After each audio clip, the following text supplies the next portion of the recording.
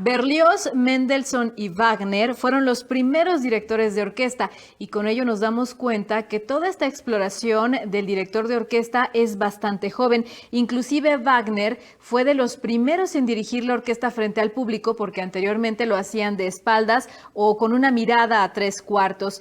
¿Qué significa esto? ¿Hay más que explorar de todo este arte? ¿Cuál debe ser el expertise de un director de orquesta y cuáles son los retos a los que se enfrenta? Vamos a conocerlos.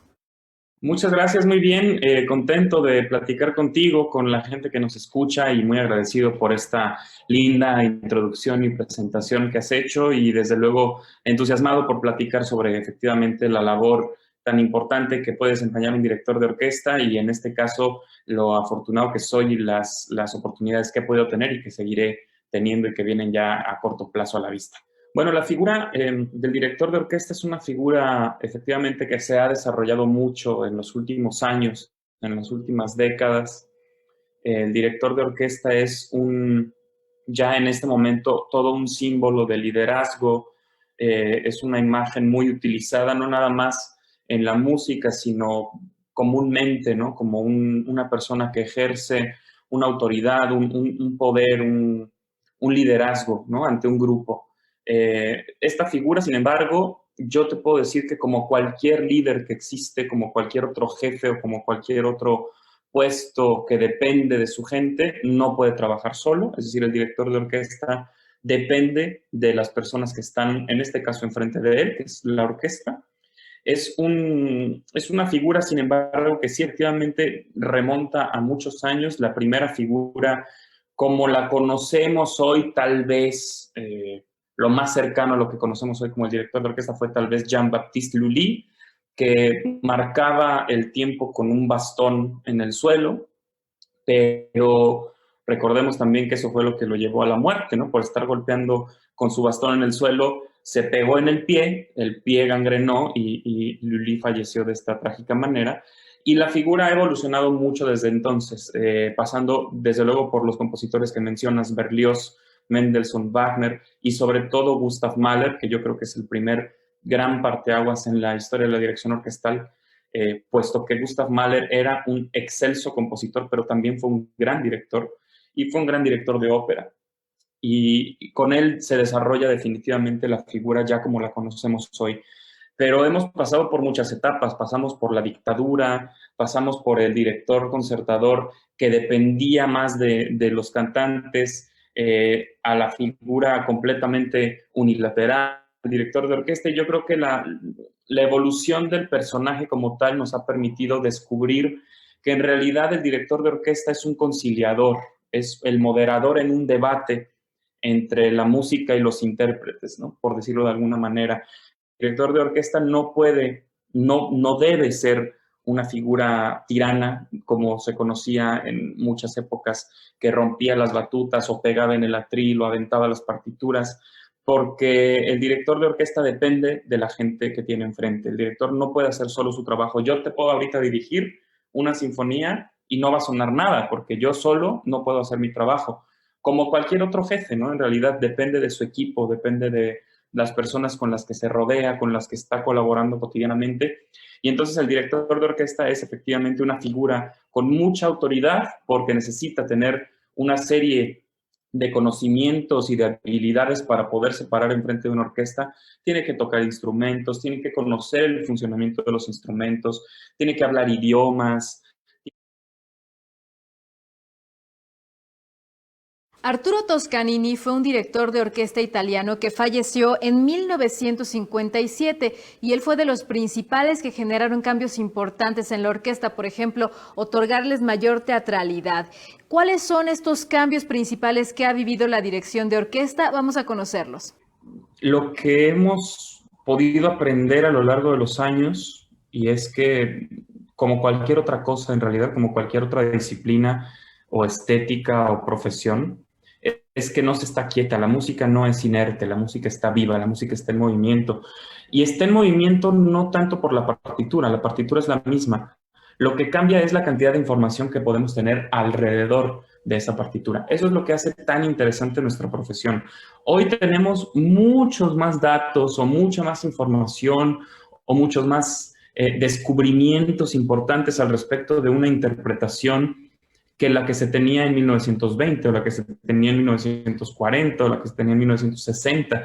La interpretación de una obra ha evolucionado a lo largo de los años. Ya no es igual la manera en la que se interpreta Beethoven hoy a la manera en la que interpretaba Beethoven Furtwängler, por ejemplo, o Toscanini, o Bruno Walter.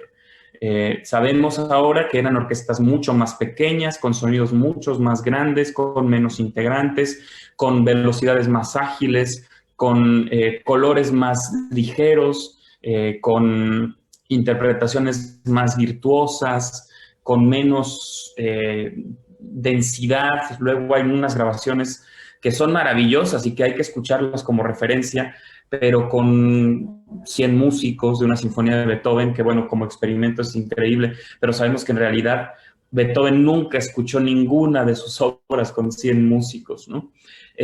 Todo eso es lo que va evolucionando y lo que va cambiando. La partitura sigue ahí, pero incluso la partitura puede cambiar porque se sigue investigando sobre las partituras y sobre los manuscritos y sobre las obras autógrafas. Ahora tenemos una cantidad de musicólogos y de investigadores y de expertos que analizan esas partituras y que revisan qué pudo haber estado mal, falló, qué se omitió en una revisión o qué se omitió en un estreno o cómo cambiaba del estreno a la segunda función, y todo eso se vierte en las partituras y entonces las partituras están mucho más documentadas que hace algunos años. Yo creo que definitivamente no es la misma manera en la que se hace música hoy a como se hacía inclusive hace 20, 30 años. Las cosas cambian y la música se va actualizando. La manera de interpretar la música se va actualizando. Entonces yo creo que es responsabilidad del director de orquesta actual o del joven director de orquesta, o no necesariamente del joven, sino del director de orquesta vigente que vive en 2021, apegarse y actualizarse y estar, por decirlo de alguna manera, estar a la moda con las tendencias interpretativas y estar actualizado con la información que tenemos ya al respecto de las obras maestras que tenemos que interpretar. Vamos con nuestra sección ¿Verdad o mentira? ¿La dirección orquestal es dinámica? ¿Será verdad o mentira?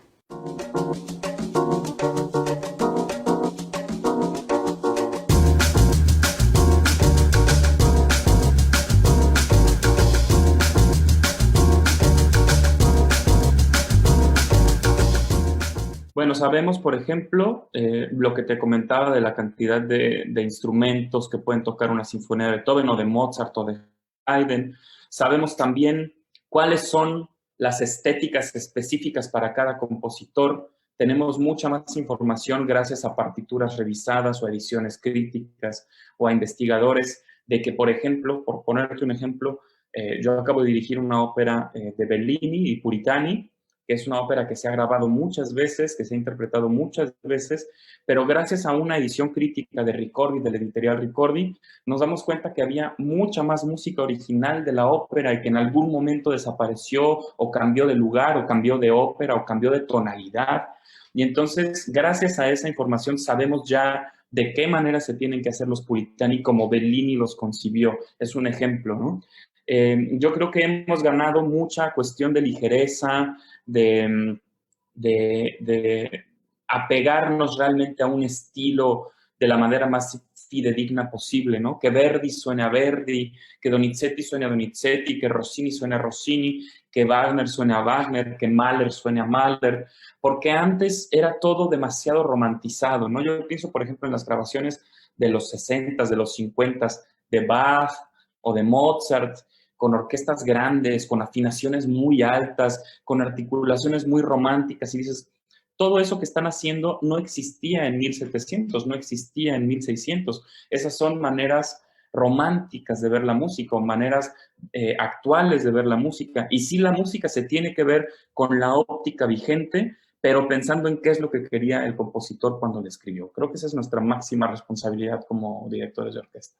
Absolutamente. Muy Tiene bien. que haber un trabajo realmente profundo de empaparse con toda la cantidad de información que hay al respecto de una obra para que entonces la podamos reproducir de la manera más fiel posible, ¿no? Yo estoy convencido de que si bien los compositores vivían siempre pensando en la innovación y en el futuro. Los compositores no escribían para quedarse en el pasado, los compositores escribían para vivir el presente y para quedar en el futuro, ¿no? No pensaban en el pasado. Y yo creo que nosotros tenemos la responsabilidad de ver y de ubicar muy bien temporalmente a ese compositor para hacerle justicia con los elementos que tenemos hoy, en 2021, que son muchos más a los que había en 1800, ¿no? Pero pensando en cómo hubiera el compositor querido escuchar su obra hoy.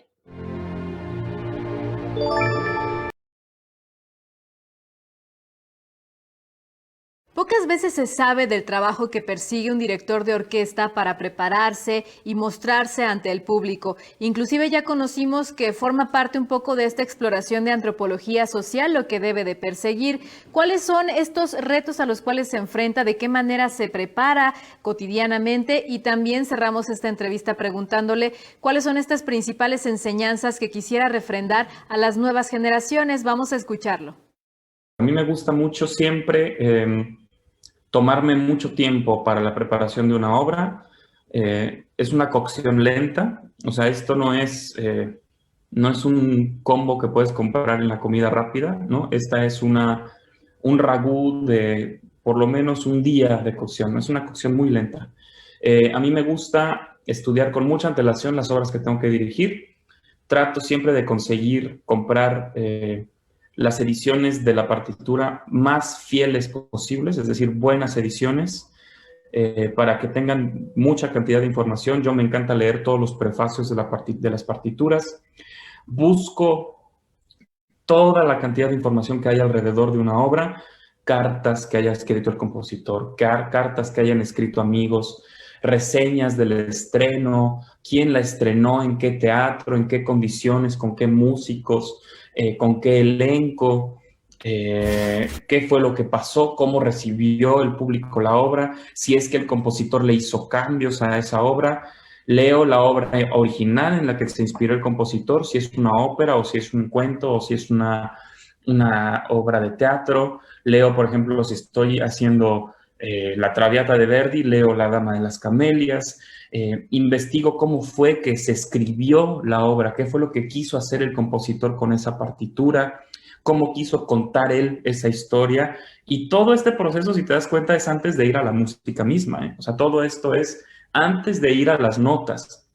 Y ya después de que hago toda esta investigación, de que hago todo este trabajo musicológico de investigación y de profundización, entonces es que voy a la partitura, analizo cómo está compuesta, cómo está distribuida la orquestación, qué compositores antes hubieran escrito tal vez esta misma obra, ¿no? Si es que ya había, por ejemplo, alguna otra acercamiento a la Traviata, que no lo había, pero si había algún otro acercamiento a esa misma obra literaria, cómo es que el compositor se acercó a esa obra literaria, con qué libretista, cómo trabajó. Y así de esa manera me gusta mucho a mí ese trabajo previo a la música, ¿no? Y después ya es que voy a la partitura, voy al piano a descifrar las armonías, las texturas, cuánto dura, cómo está escrita, cómo está compuesta. Es un trabajo, sí, efectivamente, como puedes ver, muy extenuante, ¿no? Es muy dedicado, pero es al mismo tiempo apasionante. A mí me gusta muchísimo. Y entonces, de esta manera, puedo llegar lo más preparado posible al proceso de ensayos, que es, digamos, ya el penúltimo paso antes de los conciertos, ¿no? Es toda la cocción final, es, digamos, cuando se sazona todo el platillo, ¿no? Con la orquesta, con los cantantes, con el coro, y es que se le da forma ya a esta obra y entonces llegas a una conclusión interpretativa que es la que compartes con el público. Yo me hacía esa misma pregunta antes, ¿no? O sea, yo me pregunté muchas veces, ¿qué necesito? ¿Dónde estoy? ¿Qué tengo que hacer? ¿Cómo me tengo que preparar?